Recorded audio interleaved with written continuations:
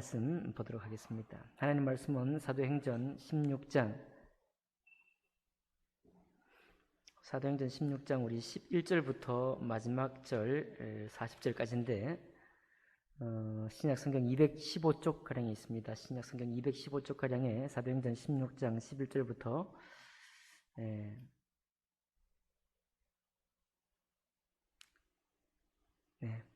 우리 11절로 15절까지만 교독하고 전체 말씀을 가지고 하나님 말씀 나누겠습니다. 제가 먼저 11절 읽겠습니다. 우리가 드로아에서 배로 떠나 사모드라게로 직행하여 이튿날 네아폴리로 가고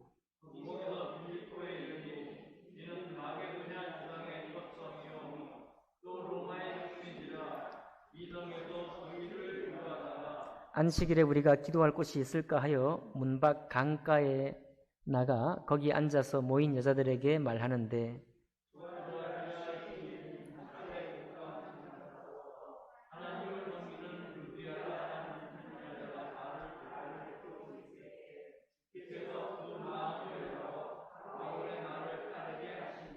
함께 읽습니다.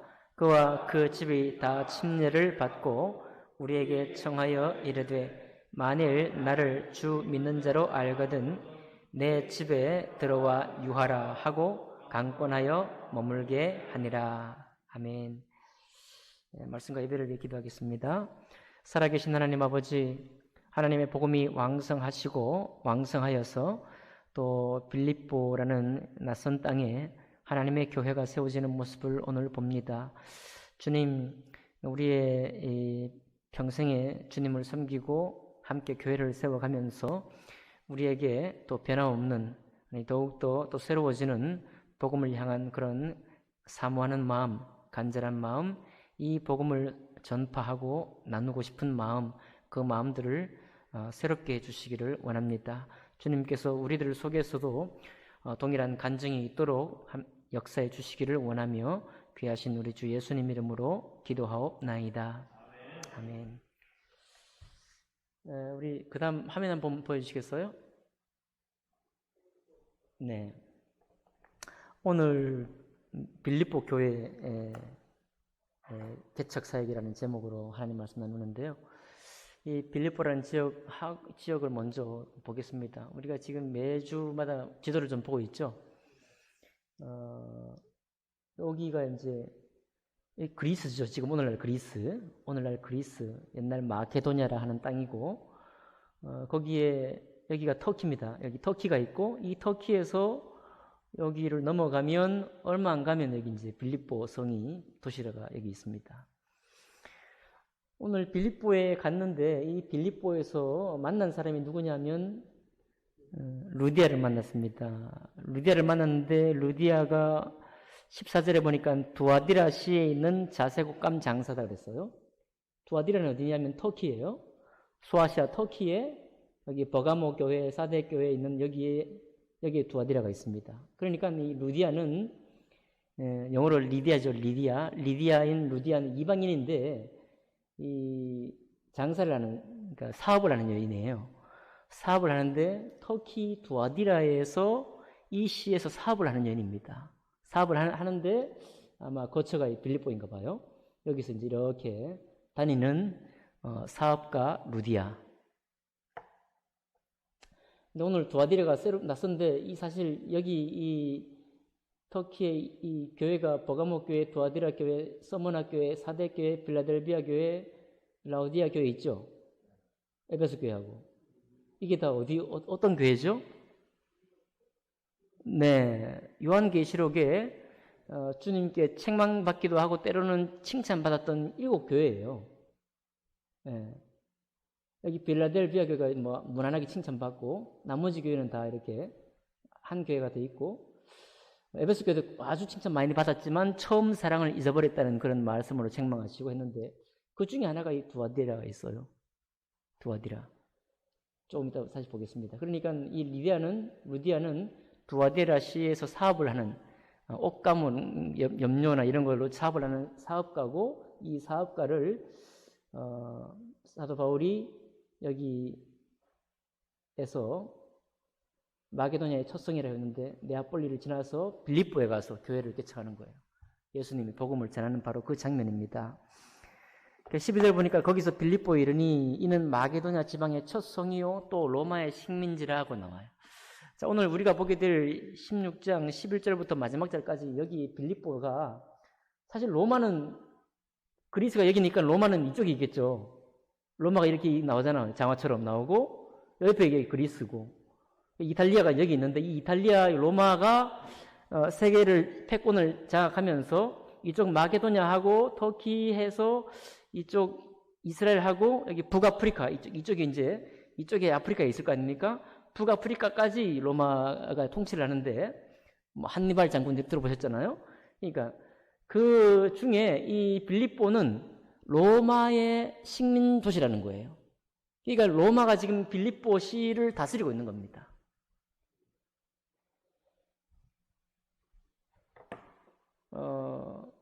이 빌립보시에 살고 있는 사람은 로마의 시민권을 가지게 되는데 그 로마 시민권을 가졌다는 사실 때문에 굉장히 자부심이 있는 도시가 빌립보시예요.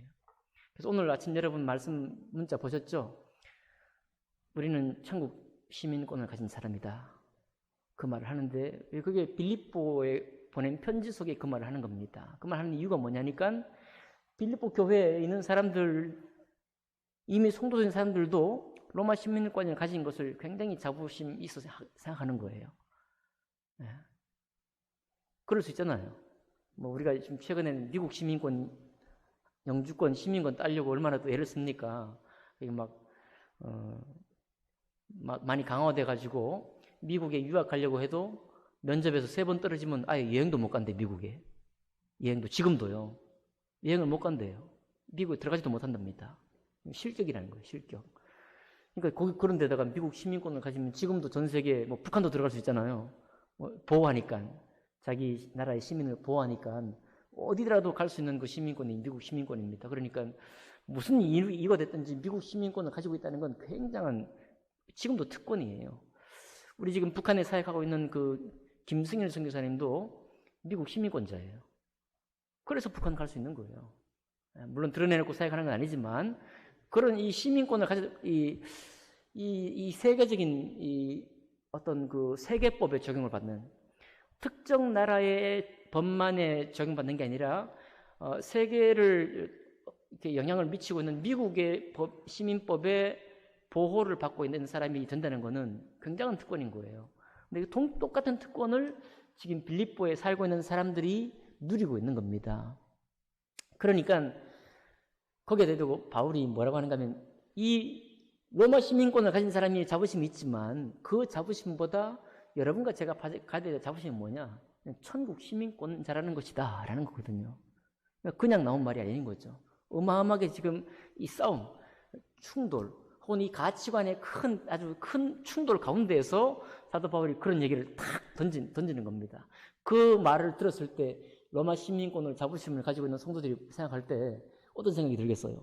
우리 시민권이 없는 사람들보다 훨씬 더 마음에 다가오는 이 깨달음이나 이 충격이 여파가 있지 않겠습니까? 네, 그런 바로 도시가 이 빌립보라는 거예요. 빌립보. 지금 이제 월드컵이 이제 열렸잖아요. 카타르에서 월드컵이 열리고 있습니다. 그러면 카타르라는 나라뿐만 아니라 그 전 세계적인 축제가 벌어지고 있는 거잖아요. 오직 월드컵이라는 그 행사만에 모든 국가가 영향을 집중하고 모든 사람의 관심이 거기에 집중되어 있습니다. 그런데 제가 믿기로는 지금 카타르에서 복음 전하는 사람이 있어요. 우리 약간 근본주의자들인데 좀 공격적으로 전도하는, 한국도 대표적인 케이스인데요. 공격적으로 전도하는 사람들은 전 세계적인 행사가 있는 곳에 항상 갑니다. 월드컵에 가요. 올림픽에도 갑니다. 가서 복음 전하는 거예요. 그러면 우리가 생각할 때, 착한 우리가 생각할 때, 아니, 남의 잔치에 뭐, 이게, 죄를 뿌릴 일이 있습니까? 그죠?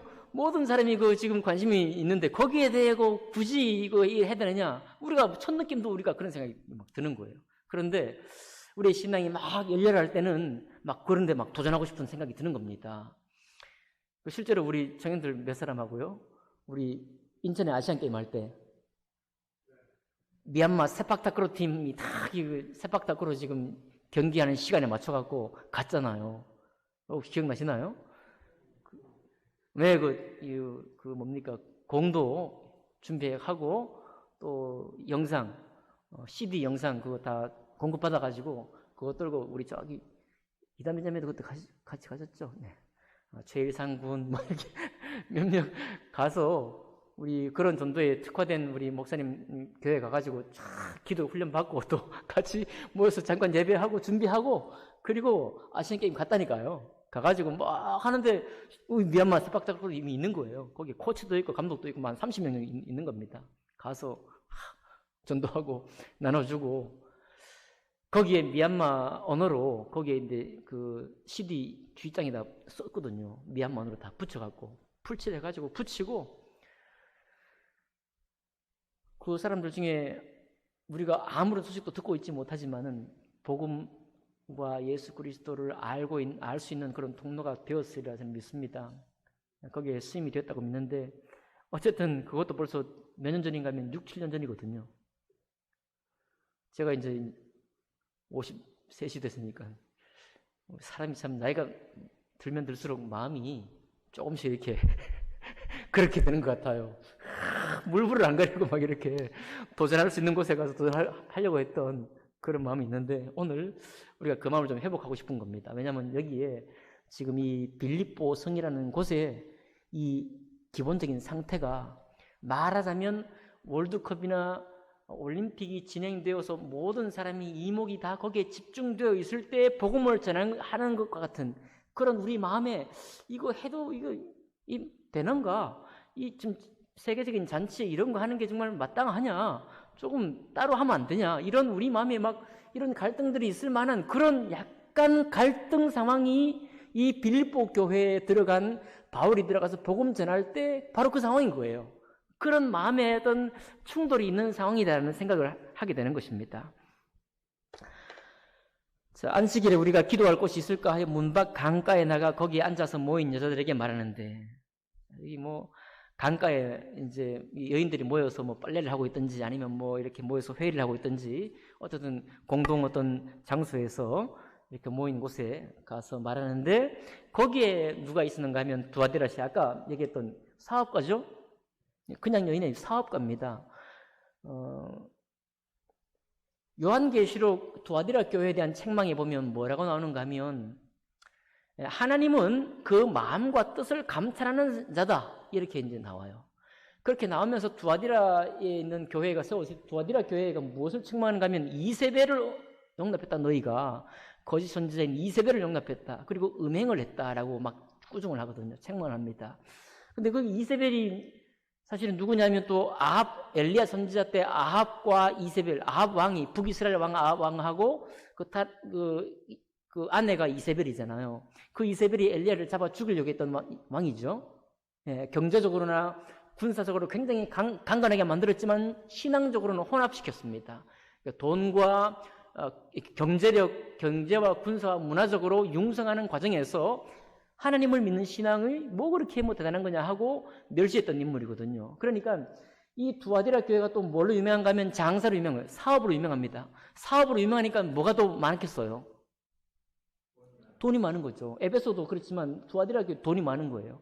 그러니까 두아디라 교회 세워놓고 이제 세워져서 예수님 복음이 전부다 하고 교회에 모였던 사람들 중에 여기에 이제 부자들도 나오게 되고 기업가들도 나오게 되면서 이제 어떤 현상이 벌어지는가 하면 우리도 교회 이제 사역을 하면서 그런 일이 있을 수 있잖아요. 이제 기업가들도 앉아 계시고 막 앉아 있을 때 이렇게 이제 그 교회 사역을 할 때 이 금전적인 필요, 물질의 필요 이런 것들을 막 이렇게 지원하는 과정에서 의도치 않았지만 이제 이 금권이 이 돈의 영향이 교회 안에 전체에 스며들면서 퍼지게 되면서 복음 이외에 중요한 것들이 또 하나 생기게 되는 거죠. 그런 것들을 가지고 두아디라 교회를 엄청나게 책망하거든요. 복음 이외에 다른 걸 섞어간다 이거예요. 복음 이외에 예수 그리스도 이외에 다른 것, 복음 이외의 것들이 교회에 들어온 것 때문에 두아디라 교회는 책망을 받아요. 그렇게 될 수 있는 인물이 바로 루디아인데 루디아는 그렇지 않았어요. 루디아는 자세곡감 장사, 사업가인데 하나님을 섬기는 루디아라 하는 한 여자가, 자 루디아는요 이방인인데 이미 누구를 알고 있는가 하면 여호와 하나님을 알고 있는 거예요. 그러니까 당시에 바울이 들어가기 전에 유대인들을 통해서 하나님의 이름을 듣고 많은 로마의 신을 섬길 수도 있었고 이 마게도냐에 있는 다른 신을 섬길 수도 있었지만 루디아는 지금 하나님을 섬기고 있었던 사람입니다. 이 루디아가 바울이 복음을 하는 예수 그리스도를 통해서만 알 수 있는 하나님, 예수 그리스도 안에서만 하나님의 자녀, 신의 아들이 될 수 있다고 하는 이 은혜의 말씀을 듣고 그 마음을 열었다고 하고 있어요. 그 마음을 열어서 바울의 말씀을 따르겠다. 곧 하나님의 제자가 됐다. 예수 그리스도의 제자가 됐다는 겁니다.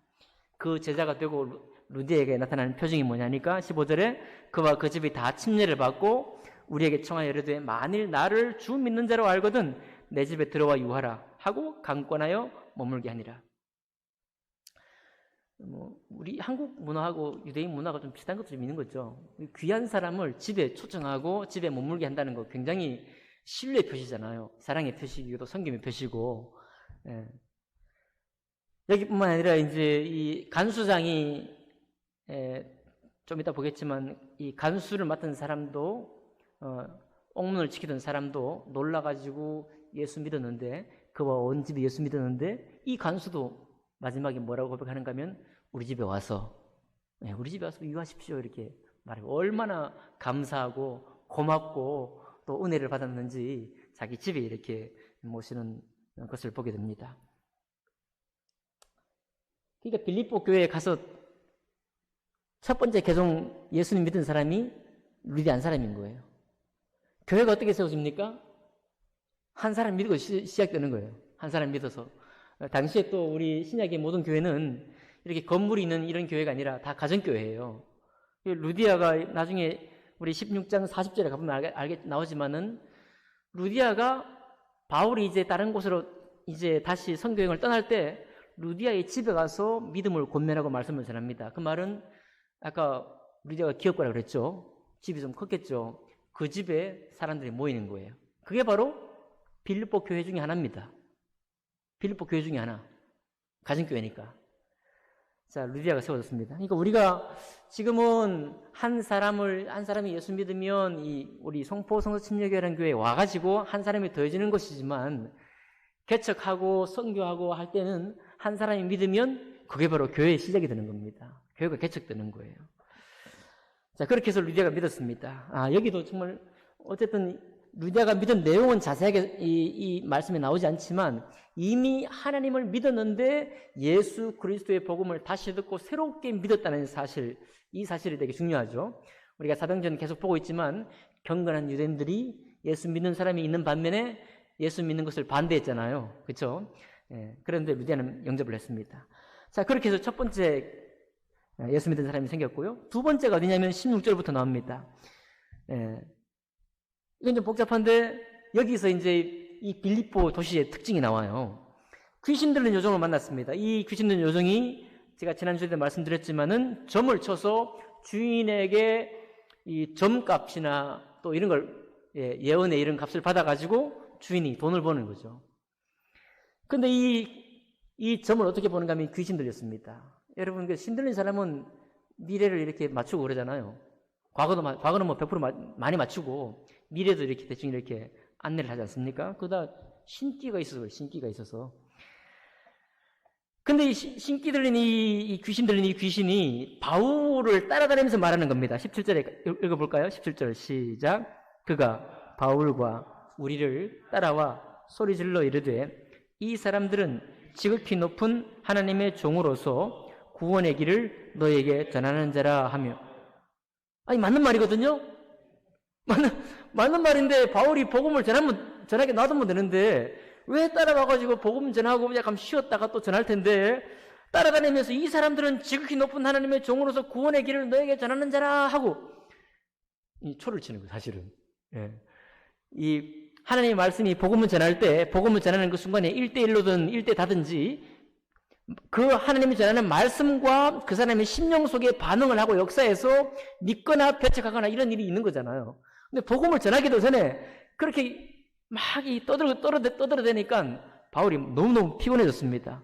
18절에 너무 괴로워가지고 심히 괴로웠다. 너무 괴로워서 예수 이름으로 그 귀신을 쫓아버렸죠. 예수 그리스도 이름으로 내가 내게 명하노니 그에게서 나오라 하니 귀신이 즉시 나오니라. 그래서 복음 전하는 과정에 이 길은 편하게 됐는데 이게 문제가 생겼습니다. 그 다음 내용이 뭡니까?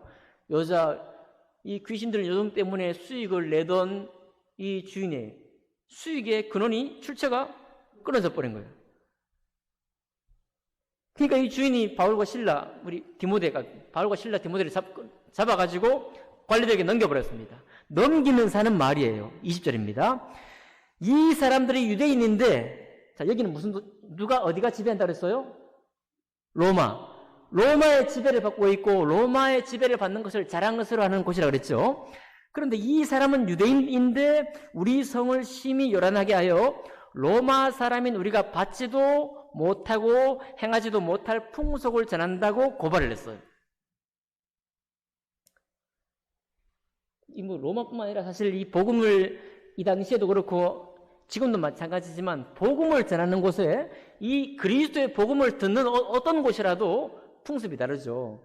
우리 한반도에 복음이 전해져서 많은 신부님들이 순교당할 때에도 우리가 우리의 풍습을 해친다. 전통적인 풍습을 해친다는 것 때문에 사교를 구성을 하고 순교자들이 나타난 거잖아요. 예, 복음하고 어울리는 세상 문화는 없습니다. 복음에 합당한 문화는 없어요, 세상에. 그런데 고발을 했는데 나중에 나와요. 고발을 했는데 꼭 고발을 했으면 어떻게 됩니까?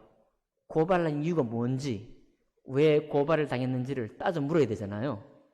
그죠? 그러니까 고발한 일이 합당하면 죄를 물어서 정하여서 권장을 때리든지 죄를 물을 것이고, 죄가 없으면 무고죄로 다른 사람을 고발하든지 이렇게 해서 방면해야 되죠. 그런데 이 로마의 이 도시가, 이 로마의 이 기운, 로마의 지배가 얼마나 강한지 아무것도 묻지 않고 그대로 때려버립니다. 네. 21절에 나오죠.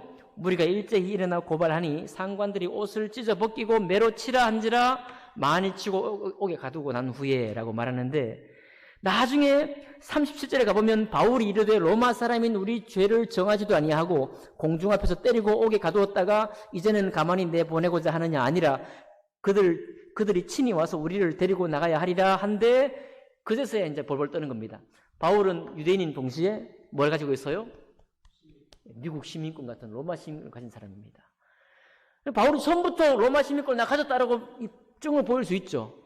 나 유대인인데, 유대인이지만 나 로마 시민이야, 너 함부로 하지 마 라고 할 수 있는데, 바울이 굳이 그 자기의 권리를 내세우지 않았습니다. 여러분, 바울 서신에 보면 항상 바울이 늘 겸손하게 하는 말이 뭐죠?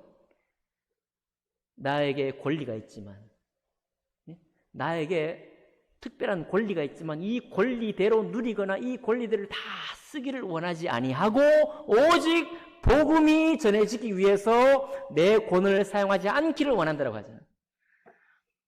심지어 다른 사도들은 결혼해서 부부가 함께 사역을 하기도 하고 하는데, 바울은 내가 왜 사도로서, 똑같은 사도로서 결혼을 해서 사역할 권이 없겠느냐 하면서 뭐라고 말합니까? 나는 그 권이 있지만, 또 그리고 예수님이 결혼하지 말라 그렇게 말한 것도 아니지만 나는 복음을 위해서 그것을 사용하지 않기를 원한다라고 하고, 너희도 나와 같이 되기를 원한다, 이렇게 얘기를 하잖아요. 그러니까 사도 바울의 모든 편지를 보면 바울에게는 우리가 가진 것보다 훨씬 더 많은 자격증, 많은 법률적인 보호를 받아 마땅할 수 있는 권리들이 다 있어요. 주렁주렁 여기 훈장처럼 여기 있습니다.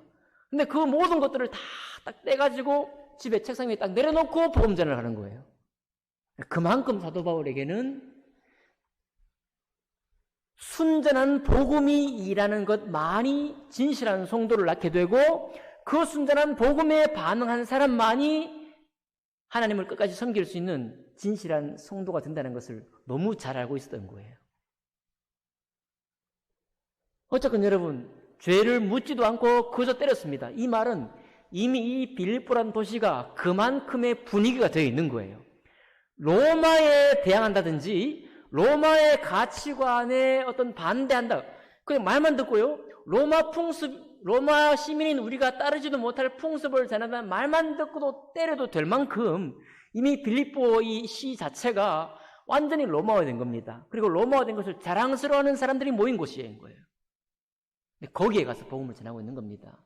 제가 왜 말씀을 시작할 때 월드컵 그리고 올림픽 말씀드린지 아시겠죠? 그냥 자연스럽게 지금 있는 곳이 아닙니다. 아주 강한 곳이에요. 굳이 우리가 비유하자면 올림픽의 한가운데 결승전이 벌어지고 있는 그 한가운데 옆에서 지금 복음 예수 믿으십시오. 예수 믿지만 지옥 갑니다. 막 이렇게 공격적으로 전도하는 것을 우리가 볼 때 어떤 부분의 불편함 이거 되시죠? 어떤 불편함, 꼭 저렇게 해야 되는가에 대한 그런 불편함. 그러면서도 한편으로는 또 내가 나한테 저런 걸 시키면 내가 할 수 있을까? 또 해야 될까? 이런 데 대한 도전, 불편함과 도전이 함께 오잖아요. 그죠? 바로 그런 갈등의 현장이 빌립보 도시라는 거예요. 그 도시에 지금 사도 바울이 들어가 지금 교회 개척을 하고 있다는 겁니다. 네, 그렇게 하니까 하나님이 역사하는 거예요. 같이 역사하면서 이제 옥에 갇혔습니다. 옥에 바울도 갇히고 실라도 갇혔어요. 실컷 두드려 맞고 옥에 밀어넣어버리니까 갇혔습니다. 갇히니까 발에 풀지도 못하는 착고를 채우고 실컷 두드려 맞고 이제 옥에 있는 거예요. 그러면 우리 같으면 얼마나 비참해요. 얼마나 서럽습니까? 나는 정말 하나님의 복음을 위해 예수 그리스도를 전하기 위해서 가진 권리 다 내려놓고 이렇게 나와서 복음 전했는데 오히려 실컷 두드려 맞고 개종자는 루디아 한 사람밖에 없고 그저 감옥에 갇혔으니까 얼마나 마음이 괴로워요. 그런데 정말 이해를 할 수 없습니다. 바울과 실라가 옥에서 뭘 해요? 찬양을 해버리잖아요. 하나님을 이렇게 열심히 섬겼는데 왜 나에게 이런 일들을 줍니까? 라고 우리가 원망이 나올 타이밍인데 오히려 하나님을 원망해야 될 타이밍인데 바울과 실라가 거기서 찬양이 나와요. 우리 믿음을 한번 새롭게 돌아볼 수 있지 않습니까? 찬양이 나오는 거예요. 근데 더욱 놀라운 거는 이렇게 강팍한 땅 빌립보에 들어가 복음을 전하고 있는 사도 바울이 감옥에 매맞고 감옥에 들어가서 꼼짝도 못하는 가운데 찬양을 하는데 하나님의 역사가 일어나요. 어떤 역사가요? 지진이 일어나가지고 바울과 실라뿐만 아니라 그 감옥 속에 갇혀있는 모든 감옥의 옥문이 다 열려버려요. 그것을 일어나 보고서 어떻게 합니까? 27절에 보니까 간수가 자다가 깨어 옥문들이 열린 것을 보고 죄수들이 도망한 줄 알고 칼을 빼어 자결하려거늘. 여러분 실수할 수 있잖아요. 죄인들을 잃어버릴 수 있습니다. 그런데 얼마나 여기 또 이 법적인 통치가 짱짱하게 서 있는 건지 자기가 자기 책무를 다 못했다고 자결까지 할 이유가 있습니까? 자결까지 할 만큼이나 이 법이 로마 법이 그 통치가 그렇게 세다는 겁니다. 칼을 빼어 자결하려거늘 바울이 크게 소리질러 이르되 내 몸을 상하지 말라 우리가 다 여기 있다 하고 여기 있다는 걸 말했는데 이 로마 우리가 듣고 순종하지 못할 로마 풍습을 전한다는 말로 고소했잖아요. 그러니까 이 간수도 뭘 들었느냐 이미 이런 기적의 역사가 있기 전에 예수 그리스도의 복음을 듣지 않으면 구원받을 수 없고 하나님 앞에 갈 수 없다라고 하는 이 말을 들은 거예요. 듣고 나니까 30절에 큰 어려움을 당한 다음에 사도 바울이 안 죽어도 돼 죽지 마 우리가 여기 있어 하니까 대번에 입에서 나오는 말이 뭐냐면 30절에 선생들이요 내가 어떻게 하여야 구원을 받으리까? 언제 사도 바울이 복음 전했어요? 고발당할 쯤에 이미 그 빌립보에 루디아가 개종한 다음에도 계속 사도 바울이 지금 복음을 전해서 그 복음의 어떤 말을 듣고 있었던 겁니다. 그러니까 이 사람들이 감옥에 온 이유를 묻고 알았겠죠. 알고 난 후에 이 사람들이 위기에 몰렸을 때 자기가 정말 죽을 만큼 괴로운 위기에 몰렸을 때 내가 어떻게 해야 구원을 받을 수 있습니까? 라고 간절하게 요청을 했고요. 주 예수를 믿으라. 그리하면 너와 내 집이 뭘 받으리라? 구원을 받으리라. 이렇게 구원받는 거예요. 이런 간절함 가운데에서 이렇게 법적으로 세상 가치관이 세상의 법이 세상의 문화가 막 강하게 한참 서 있을 때 그리고 거기에서 내가 잘못하면 막 큰일 날 뻔한 이런 시점에서 어떻게 해야 구원받을 수 있습니까? 주 예수를 믿으라. 그리하면 너와 내 집이 구원을 받으리라. 그렇게 해서 이 간수들이 구원을 받고 빌립보 교회 두 번째 개종자가 생긴 겁니다. 빌립보 교회가 그렇게 개척이 되는 거예요. 아까 계시록에 있는 우리 루디아가 장사했던 두아디라 지역도 우리가 잠깐 살펴봤죠. 빌립보 지역도 잠깐 살펴봤습니다. 이제 끝으로 빌립보 교회에 하나님의 말씀을 전하는 바울의 메시지가 주로 어떤 메시지인가 하면 역시 예수 그리스도의 복음입니다. 천국 시민권을 전하고요. 예수 그리스도 복음 이외에는 우리가 구원받을 길이 없을 뿐만 아니라 하나님께 나갈 길이 없다라고 말씀을 전합니다. 그리고 기뻐하라고 말씀을 전하죠. 기뻐하라고 말씀을 전합니다.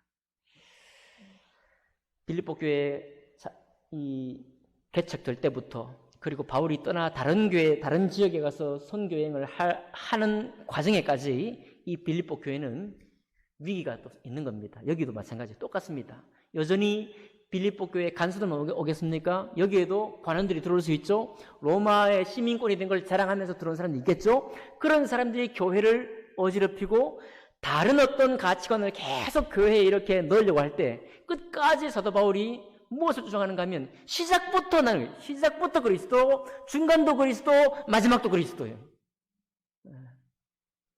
그 빌립보서 편지를 쓸 때도 바울이 또 다른 감옥에 또 갇혀 쓰는 거예요.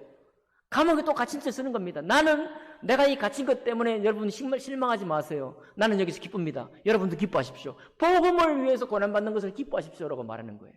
우리의 결론이 뭐냐면 그리스도에 대한 확신, 그리스도 복음에 대한 그 깨달음과 이해가 더 확실할수록 고난받는 것을 꺼리거나 싫어하지 않게 된다는 겁니다. 사도 바울을 보니까요.